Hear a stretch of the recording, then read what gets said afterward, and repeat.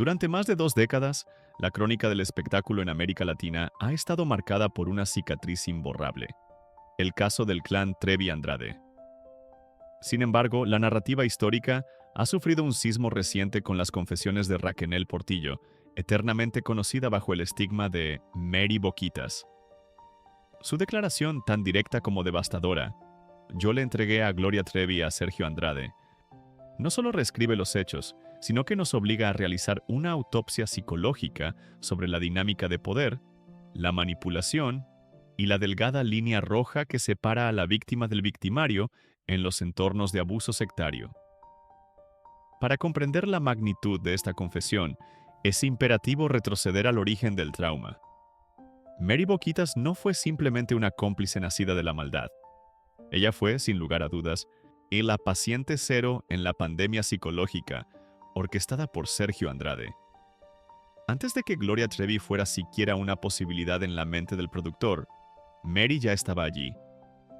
Siendo apenas una niña de 14 o 15 años, se convirtió en el primer borrador humano sobre el cual Andrade experimentó sus técnicas de control mental, aislamiento y castigo. Ella fue el prototipo de sumisión absoluta que el depredador buscaría replicar en todas las demás. Por lo tanto, juzgar a Mary bajo los estándares de un adulto racional ignora la realidad clínica de su existencia. Ella fue moldeada para servir, programada para obedecer y condicionada para temer. Es aquí donde el concepto criminológico de víctima victimaria cobra una relevancia dolorosa. La confesión de Mary de haber entregado a Gloria no debe leerse como el acto de una tratante de personas motivada por el lucro, sino como el movimiento desesperado de un rehén que intenta apaciguar a su captor. En la psicología de las sectas destructivas, la supervivencia del adepto a menudo depende de su capacidad para validar las fantasías del líder. Para Mary, ofrecer a Gloria no era una traición a una amiga, sino una ofrenda necesaria para comprar un momento de paz, para evitar un castigo físico o para demostrar una lealtad que le había sido impuesta a sangre y fuego. Mary se convirtió en el verdugo de Gloria, sí, pero solo porque ella misma ya había sido ejecutada espiritualmente por Sergio, dentro de las paredes de lo que hoy conocemos como la mansión maldita. La estructura de poder era mucho más compleja de lo que el público percibía. Si bien Sergio Andrade era la deidad indiscutible, el dios que impartía bendiciones y maldiciones, necesitaba un brazo ejecutor en el plano terrenal. Mary Boquitas asumió, forzada por las circunstancias, el rol de la carcelera o la matriarca de este harén distópico. Para las chicas que llegaron después, incluida una joven Gloria Trevi en sus inicios, Mary representaba la autoridad inmediata. Ella controlaba los horarios, racionaba la comida y vigilaba la vestimenta. Sin embargo, este poder era una ilusión cruel. Mary tenía el control sobre las otras chicas, pero carecía de cualquier control sobre su propia vida. Su posición en la jerarquía era precaria. Servía como un pararrayos, absorbiendo la ira de Sergio cuando las nuevas reclutas fallaban y, al mismo tiempo, siendo el objeto del resentimiento de las otras víctimas. Esta dualidad de Mary fue, precisamente, la herramienta más letal de Sergio Andrade para expandir su imperio. La familia de Gloria Trevi, especialmente su madre, Gloria Ruiz, no cayó en la trampa simplemente por la fama del productor, sino por la confianza que inspiraba Raquel. Ella funcionó como un escudo de seguridad. La presencia de una joven talentosa, aparentemente exitosa y educada al lado de un hombre mayor, normalizaba la situación y disipaba las sospechas de depredación sexual. Mary fue el caballo de Troya. Su supuesta felicidad y éxito profesional fueron el cebo que convenció a la familia Ruiz de que Gloria estaría en un entorno pedagógico y profesional, no en una jaula de oro.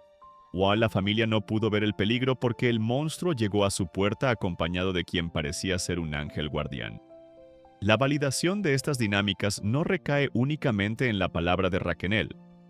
A lo largo de los años, otras sobrevivientes como Aline Hernández, autora del seminal libro La Gloria por el Infierno, y Karina Yapor, cuyo caso destapó el escándalo internacional, han descrito consistentemente el rol de Mary. Las hermanas de la Cuesta también han pintado el mismo cuadro.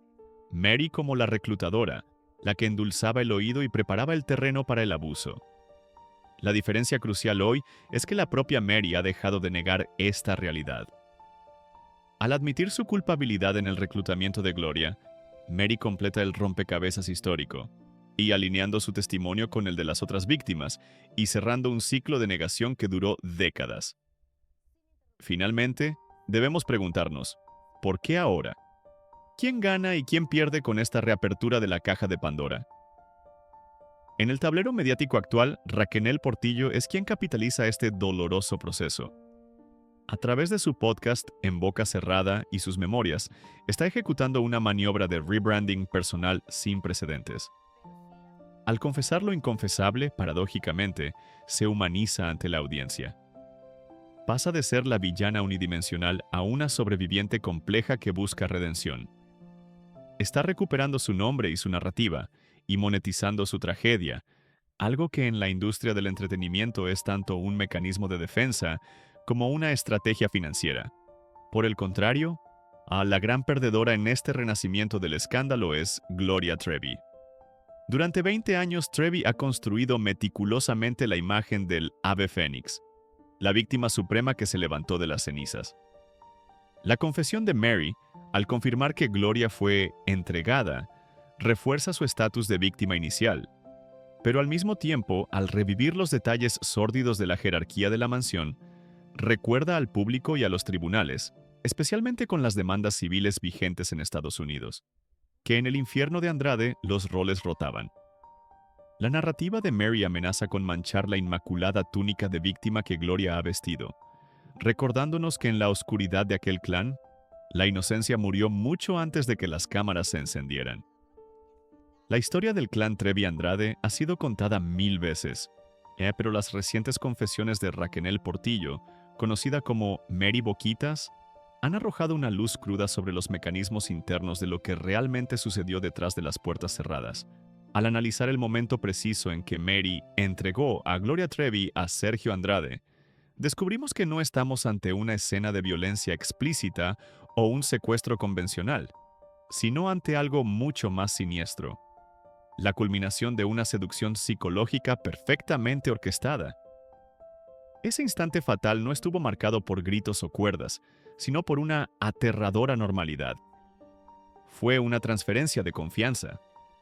Mary, quien para la joven Gloria representaba una figura fraternal, una guía y un modelo a seguir en el difícil camino al estrellato, utilizó esa devoción para validar la autoridad depredadora de Sergio. Y la mecánica fue sutil. Mary creó el escenario perfecto, vendiendo la idea de que para alcanzar la grandeza artística, Gloria necesitaba la dirección exclusiva y el genio de Andrade.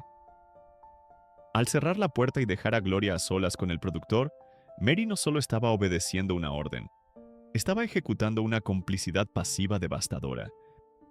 Sabía exactamente lo que ocurría en esa habitación: el abuso, la manipulación, la destrucción de la autoestima, porque ella misma ya lo había vivido. Sin embargo, eligió el silencio y la retirada, comprando su propia seguridad momentánea al precio de la inocencia de Gloria.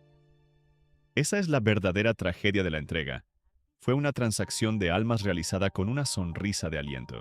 Este acto inicial fue la piedra angular de lo que se convertiría en la verdadera maldición de la llamada mansión maldita. A menudo el público se centra en el sensacionalismo de los castigos físicos, el hambre y las golpizas, que sin duda fueron reales y brutales. No obstante, el verdadero horror, la verdadera maldición que impregnaba las paredes de esa casa, era la reingeniería mental a la que eran sometidas sus habitantes. Sergio Andrade no solo lastimaba cuerpos, colonizaba mentes.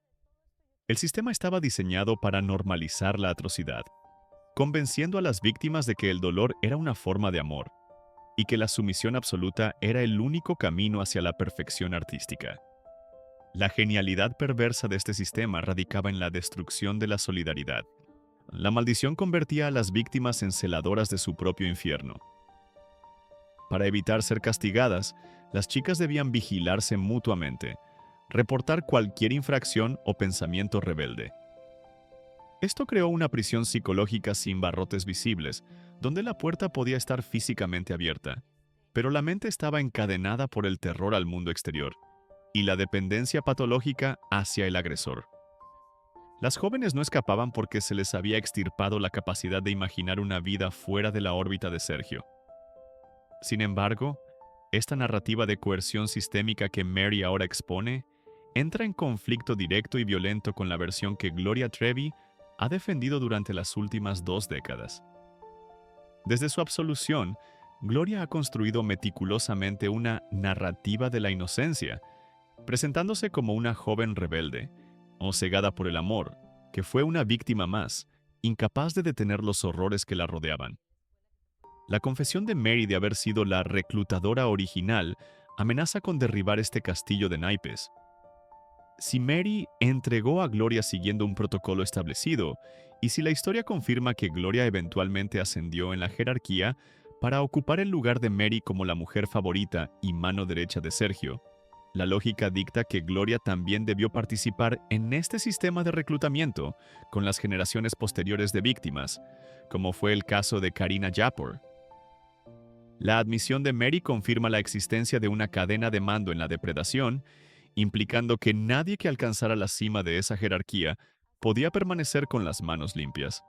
La veracidad de este infierno no se basa solo en memorias recuperadas, sino en la evidencia física que sobrevivió al naufragio del clan. El mayor enemigo de Sergio Andrade fue su propia obsesión por el control y su narcisismo. Su compulsión lo llevó a obligar a las chicas a escribir diarios detallados, verdaderas bitácoras del horror, donde se registraban no solo los pensamientos más íntimos, sino también las calorías ingeridas, las rutinas de ejercicio y, lo más escalofriante, las cartas de agradecimiento después de recibir castigos corporales. Estos documentos, junto con los contratos de exclusividad, que funcionaban en la práctica como escrituras de esclavitud moderna, cediendo derechos sobre imagen, cuerpo y voluntad, constituyen la prueba forense de la deshumanización. Son los testigos mudos que corroboran que la crueldad no era un accidente, sino una política administrativa dentro de la mansión. Ya finalmente, debemos preguntarnos qué fuerza fue capaz de romper el férreo pacto de silencio que existió entre Gloria y Mary, transformándolas de hermanas del dolor en adversarias mediáticas. La respuesta yace en la disparidad de sus destinos y la amenaza de la ruina legal. Tras salir de prisión en 2004, sus caminos divergieron radicalmente. Gloria recuperó su trono como la diva del pop, resurgiendo de las cenizas como un ícono de resiliencia, mientras que Mary quedó relegada a las sombras, cargando con el estigma de la cómplice y la villana secundaria. Durante años, Mary guardó silencio, quizás por lealtad o miedo, mientras veía cómo Gloria reescribía la historia dejándola a ella en el papel antagonista. Pero el detonante final ha sido la nueva ola de demandas civiles en Estados Unidos, facilitadas por cambios legislativos que permiten juzgar casos de abuso sexual del pasado. Ante la posibilidad de enfrentar nuevamente a la justicia, la lealtad se ha vuelto un lujo insostenible.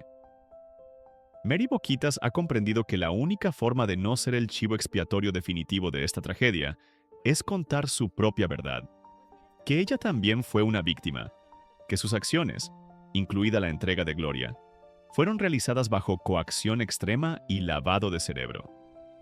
El pacto se rompió porque, al final, en el juego de supervivencia que Sergio Andrade les enseñó tan bien, solo hay espacio para una narrativa ganadora, y ambas mujeres están luchando desesperadamente para que sea la suya. Para comprender verdaderamente la tragedia que envolvió a Gloria Trevi y a Mary Boquitas, no basta con identificar a los culpables o las fechas.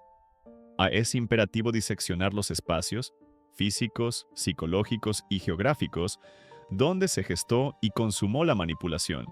La mansión maldita no era simplemente una estructura de ladrillo y cemento.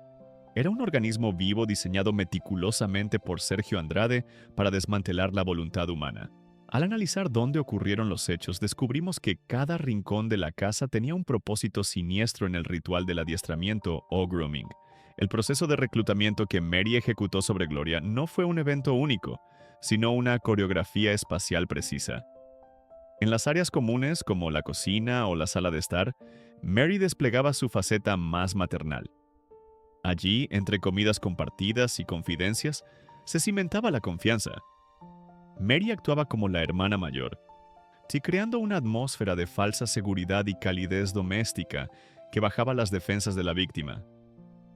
Sin embargo, el verdadero adoctrinamiento ocurría en la sala de música. Este espacio funcionaba como una catedral consagrada al ego de Sergio. Mary llevaba allí a Gloria no para ensayar, sino para presenciar el genio.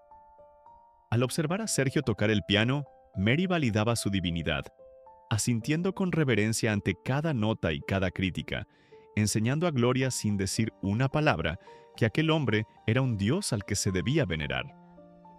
Pero el golpe final, el que sellaba la normalización del abuso, sucedía en el dormitorio común.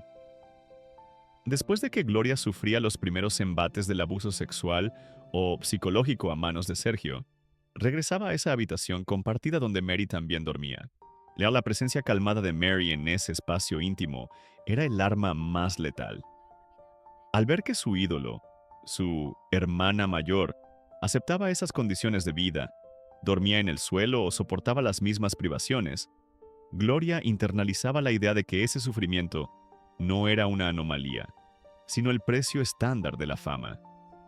Si Mary lo soportaba, entonces debía ser lo correcto. En la mente de Mary Boquitas, durante aquellos años oscuros, la frontera entre una escuela de alto rendimiento artístico y una secta sexual simplemente no existía. Sergio Andrade había logrado una fusión conceptual perversa, donde el arte exigía sacrificio total y el dolor era el combustible de la interpretación. Para Mary, admitir que vivía en una secta habría significado reconocer su propia esclavitud y degradación. Por lo tanto, se aferró desesperadamente a la ilusión de la academia. En su psique, entregar a Gloria a Sergio no era un acto de proxenetismo, sino una forma retorcida de facilitar su destino artístico. Esta negación era su mecanismo de defensa. La única manera de sobrevivir a la realidad era disfrazarla de disciplina profesional. Esta maquinaria de horror operó con total impunidad debido a una falla sistémica en dos niveles geográficos y sociales. A nivel local, en los exclusivos vecindarios de la Ciudad de México o Cuernavaca, donde se ubicaban las residencias, prevalecía una cultura de la indiferencia. Los vecinos, que a menudo escuchaban gritos, llantos o notas disonantes de piano a altas horas de la madrugada, optaron por el silencio. Amparados en la privacidad de la clase alta y el miedo a involucrarse, a nivel institucional, la influencia mediática y política de Andrade en las décadas de los 80 y 90 creó un campo de fuerza alrededor de sus propiedades. La ley se detuvo en la puerta de la mansión. La corrupción y el poder convirtieron esos hogares en territorios autónomos, donde la única ley vigente era el capricho del productor. Muchos se preguntan, ¿dónde estaba el remordimiento de Mary en el momento de entregar a Gloria? La respuesta más dolorosa es que el arrepentimiento había sido congelado por el instinto de supervivencia. En ese ecosistema de terror, la empatía era un lujo peligroso. Mary probablemente operaba bajo un síndrome del Salvador distorsionado, convenciéndose a sí misma de que estaba ayudando a Gloria a alcanzar sus sueños, aunque el costo fuera terrible. El remordimiento real, ese que carcome el alma, solo pudo encontrar espacio para respirar años después, cuando el imperio de Sergio colapsó y la ilusión de poder se desvaneció, dejando a Mary frente al espejo de su propia complicidad. Finalmente, si debemos señalar un punto geográfico donde el destino de Mary y Gloria quedó sellado sin posibilidad de retorno, ese lugar no es México ni España, sino Brasil. Fue en este país sudamericano donde la dinámica de control alcanzó su clímax absoluto y brutal. Mientras que en México aún conservaban sus carreras y la cercanía de sus familias, y España fue solo un tránsito de huida, Brasil se convirtió en la tumba de su libertad. Allí, como prófugas internacionales, sin dinero, sin documentos y aisladas por la barrera del idioma, su dependencia de Sergio se volvió total. Pero lo que verdaderamente convirtió a Brasil en una prisión de la que no podrían escapar psicológicamente fue la sangre. El nacimiento de hijos en la clandestinidad y, trágicamente, la muerte de Ana Dalai, la hija de Gloria, crearon un pacto de silencio inquebrantable.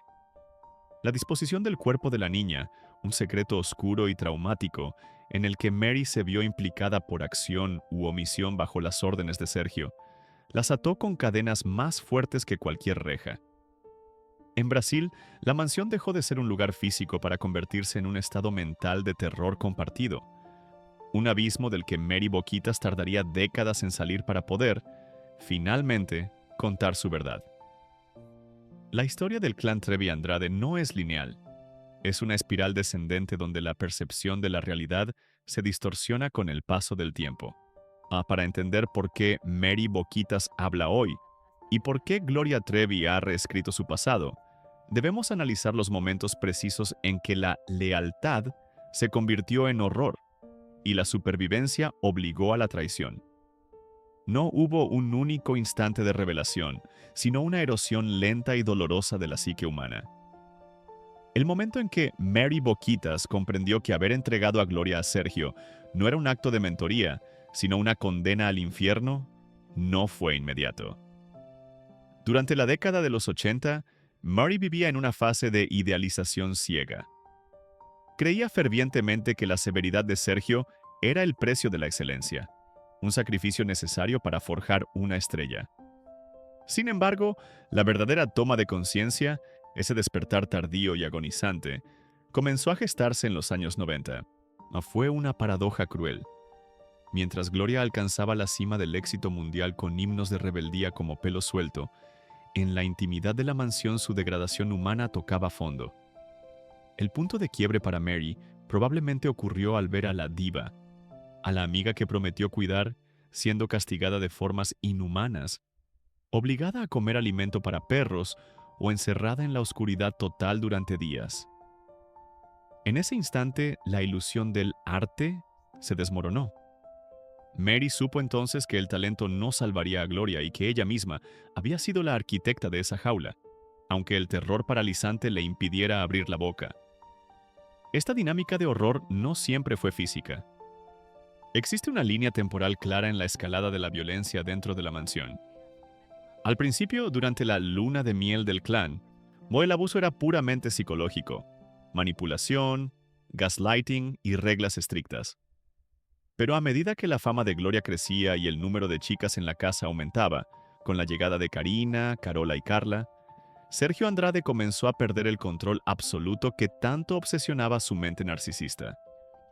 La transición hacia la brutalidad física fue una respuesta directa a su miedo a perder el poder. Los castigos dejaron de ser lecciones para convertirse en actos de sadismo aleatorio. El hambre sistemática, las golpizas con cinturones y el aislamiento sensorial se convirtieron en la norma. La violencia dejó de tener un propósito educativo y se volvió un fin en sí mismo, alimentada por el estrés de mantener oculta una familia clandestina de hijos no registrados. Paralelamente a esta degradación, en la relación entre Gloria y Mary, sufría su propia metamorfosis. Dentro de las paredes de la mansión, Gloria vivía en una negación necesaria. Necesitaba ver a Mary como una amiga para no enloquecer en soledad. Sin embargo, la cárcel en Brasil, 2000 a 2003, funcionó como una cámara de descompresión. Aislada del control directo de Sergio y bajo la presión de su madre y sus abogados, Gloria comenzó a reinterpretar su historia. El corte definitivo sucedió tras su liberación en 2004. Para reconstruirse como la víctima perfecta ante el ojo público, Gloria necesitaba distanciarse de la estructura criminal. Fue entonces cuando reconoció, o decidió aceptar estratégicamente, que Mary no había sido solo su compañera de celda, sino su carcelera, la extensión de la mano castigadora de Sergio. A pesar de todo esto, que la simbiosis tóxica entre Mary y Sergio sobrevivió sorprendentemente a la prisión. La verdadera ruptura, el momento que nos ha traído a las confesiones de hoy, es mucho más reciente.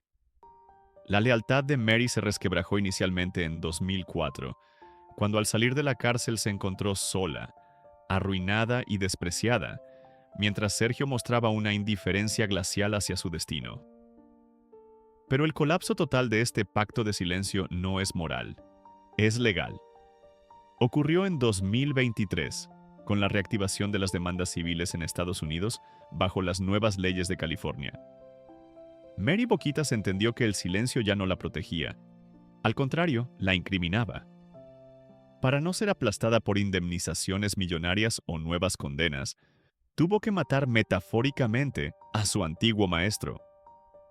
Su libro y su podcast no son solo memorias, son su escudo legal, a la prueba desesperada de que ella fue una víctima coaccionada y no una socia voluntaria.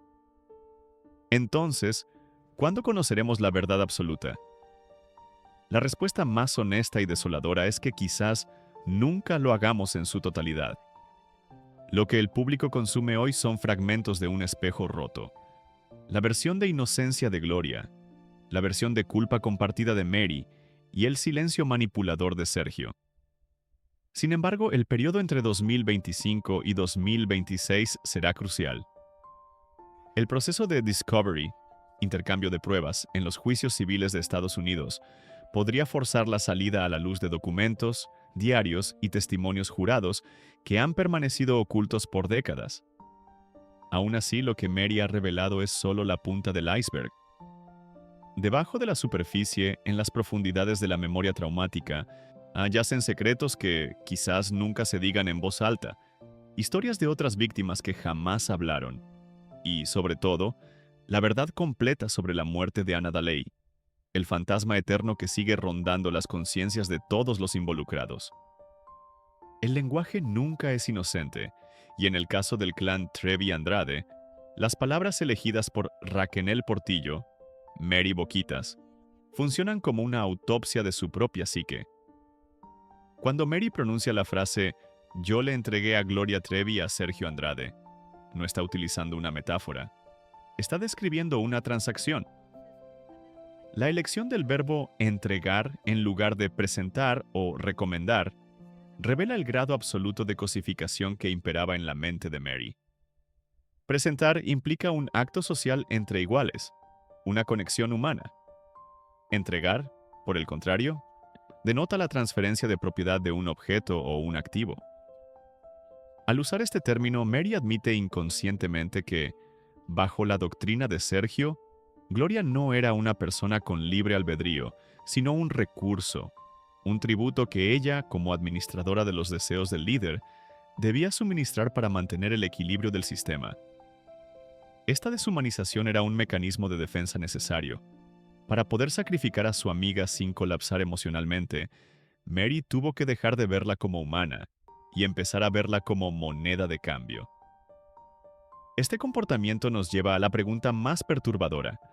¿Por qué una mujer aceptaría convertirse en la madame del hombre que ama y que simultáneamente la abusa? La respuesta yace en la intersección del síndrome de Estocolmo y el mecanismo de defensa conocido como identificación con el agresor. Mary no reclutaba por maldad intrínseca, sino por supervivencia biológica y emocional. En un entorno de indefensión aprendida, la única forma de escapar del rol de víctima pasiva es convertirse en la mano derecha del verdugo. Al proveer a Sergio de nuevas víctimas, Mary lograba dos objetivos. Primero, desviaba la atención violenta de Sergio hacia un nuevo objetivo, comprando su propia seguridad temporal. Y segundo, validaba su utilidad dentro de la jerarquía. Su celo no era sexual, sino funcional.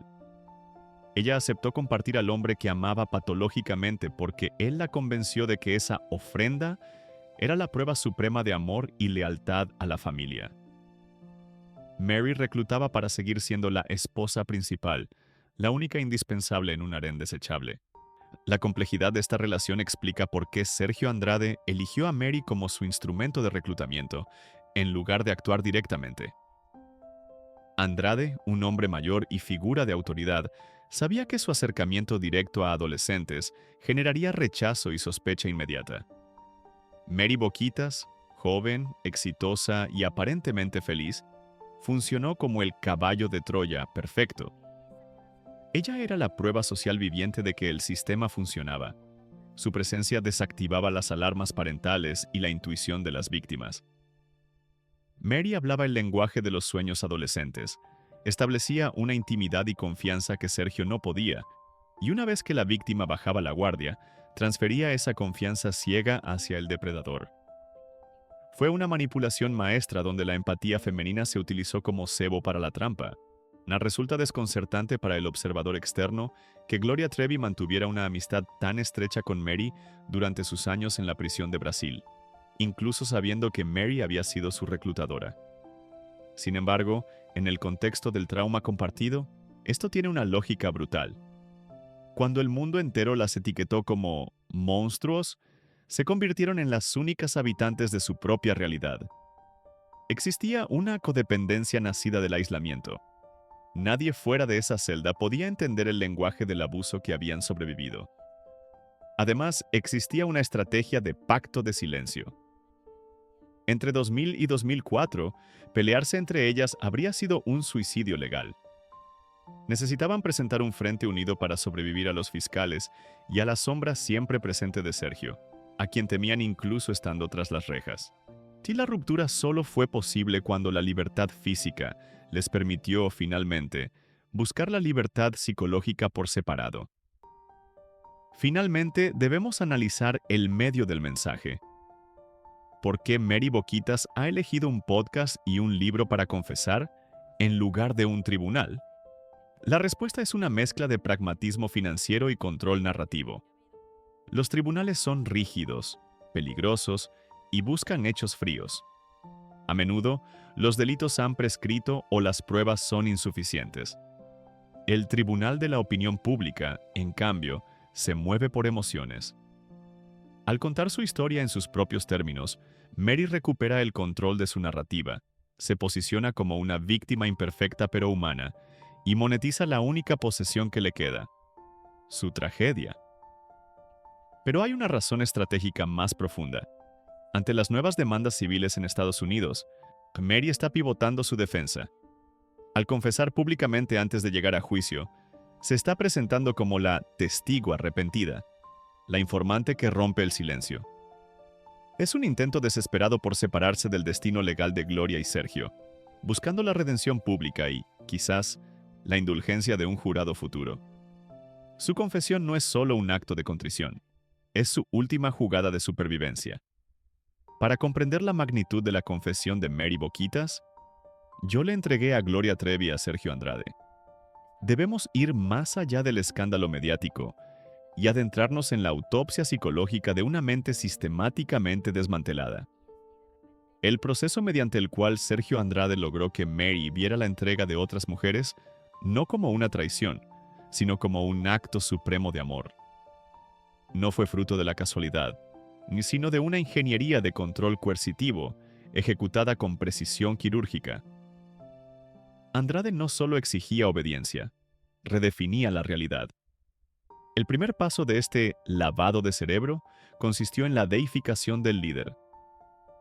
Sergio convenció a una Mary adolescente de que él no era un hombre común, sino un mesías del arte.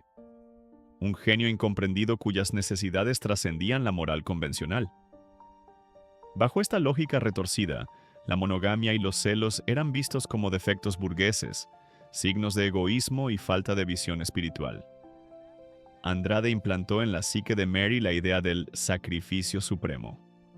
El verdadero amor no posee, el verdadero amor provee. Para demostrar su devoción y su madurez, Mary debía suprimir sus instintos naturales y convertirse en la facilitadora de los deseos del genio.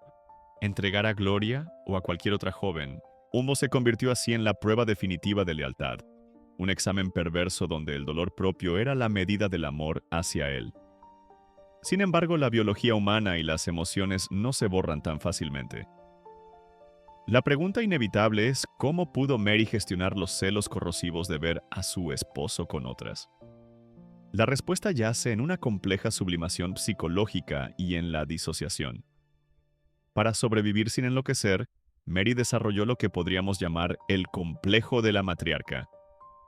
Se convenció a sí misma de que ella era la catedral, la estructura principal y eterna en la vida de Sergio, mientras que las otras chicas, incluida Gloria, eran meras capillas, visitas temporales y menores. Al asumir el rol de reclutadora y capataz, Mary recuperaba una sensación de poder y estatus. Ella no era una más del harén. Ella era la administradora del harén. Además, en los momentos más dolorosos, Mary recurrió a la anestesia emocional, desconectando su mente de su cuerpo y de sus sentimientos, actuando como un autómata programado para cumplir una función logística, bloqueando la empatía hacia las víctimas y el dolor propio para poder seguir respirando. Esta confesión, nacida de décadas de trauma, tiene hoy un impacto devastador en el presente jurídico. La admisión de Mary de haber sido la mano ejecutora en el reclutamiento de Gloria actúa como una bomba nuclear en la estrategia de defensa de las demandas civiles que se cursan actualmente en Estados Unidos. Para Gloria Trevi, quien ha sostenido durante años la narrativa de haber sido una víctima pasiva y ajena a la maquinaria de depredación, esto es catastrófico. Pues si se confirma judicialmente que Mary reclutó a Gloria bajo órdenes y que posteriormente Gloria replicó este patrón con otras jóvenes, como alegan las demandantes Jane Does, se valida la teoría de la cadena de abuso. Esto desmantela la inocencia total de Gloria y sugiere una responsabilidad compartida en el mantenimiento del sistema criminal. Para Mary, esta confesión podría ser parte de una estrategia de cooperación calculada. Al admitir los hechos bajo el contexto de coacción insuperable, busca diferenciarse de los instigadores principales y quizás obtener clemencia o un acuerdo separado, transformándose de acusada a testigo clave. La reacción de la sociedad moderna ante estas revelaciones es un espejo de nuestra propia evolución en la comprensión del abuso. A diferencia de los años 90, cuando se juzgaba a las mujeres con severidad patriarcal, la era del hashtag #MeToo y la conciencia sobre el grooming han generado una empatía compleja hacia Mary. Se le reconoce cada vez más como la paciente cero, la niña que fue moldeada por el depredador antes de tener la capacidad de discernir el bien del mal. Su disposición a decir "lo hice y lo siento", sin excusas, resuena en una cultura que valora la vulnerabilidad y la verdad, por dolorosa que sea. Aunque un sector purista o fanático aún la condene como cómplice, la balanza se inclina hacia la comprensión de que nadie sale ileso o limpio de una secta destructiva. Finalmente, los expertos en psicología criminal descifran este comportamiento. Víctimas que se convierten en victimarios a través del concepto de la identificación con el agresor. En la mansión maldita, la dinámica era similar a la de un campo de concentración. Para no ser aniquilado, el prisionero a menudo imita al guardia. Mary, y eventualmente otras, adoptaron los comportamientos, el lenguaje y la crueldad de Sergio como un mecanismo de defensa biológico. Al convertirse en depredadoras, dejaban momentáneamente de ser presas. La lógica de supervivencia dictaba que era mejor estar del lado del látigo que del lado de la espalda sangrante. Esta no es una justificación moral, sino una explicación clínica de cómo el terror absoluto puede reescribir la brújula moral de un ser humano, obligándolo a cometer actos impensables solo para ver un amanecer más.